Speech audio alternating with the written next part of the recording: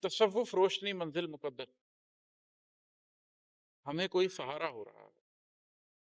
اب اس کی میں کیا تشریح کروں؟ بس ایک قلب کے اندر ایک چیز آتی ہے، اس کی ایک روشنی ہوتی ہے، اس روشنی کی ایک منزل ہوتی ہے، اور پھر آپ اپنا مقدر آزمانے کے لیے، اپنی ڈیسٹنی کو تلاش کرنے کے لیے نکلنے کھڑے ہوتے ہیں۔ اور وہ بس ایک سہارا ہوتا ہے آپ کو کہ مجھے اگر یہ چیز نظر آ گئی ہے، مجھے اگر یہ آگ پہاڑی کی چوٹی پہ جلتی ہوئی نظر آ گئی ہے، تو یقیناً مجھے خدا بھی ملے گا۔ اور پھر آپ اس سہارے کے پیچھے چل پڑتے ہیں۔ تو یہ جس نے محسوس کیا وہی جان سکتا ہے کہ کچھ چیزیں ایسی ہیں میں بیان نہیں کر سکتا۔ اگر آپ کے قلب نے وہ روشنی محسوس کی اور آپ اس کے پیچھے چلیں، تو پھر آپ اس کو محسوس کر سکتے ہیں۔ اپنے قلب میں جھانکیں، آپ بھی انشاءاللہ محسوس کریں گے، آپ کو بھی نظر آئے گی۔ عماد اب زندگی کا غم نہیں ہے، ہمیں مرنے کا یارہ ہو رہا ہے۔ پھر ایک وقت آتا ہے کہ آپ کو نا زندگی کے گزرتے لمحوں کا غم ختم ہو جاتا ہے۔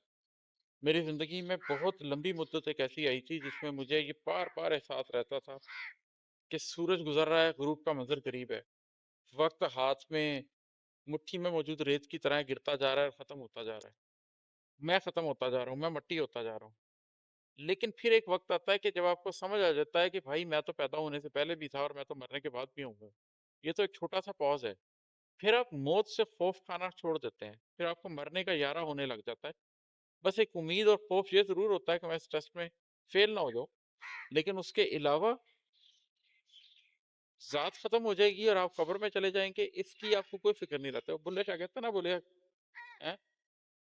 گور پیا کوئی اور، بلے شاہ سی مرنا نہیں، گور پیا کوئی اور۔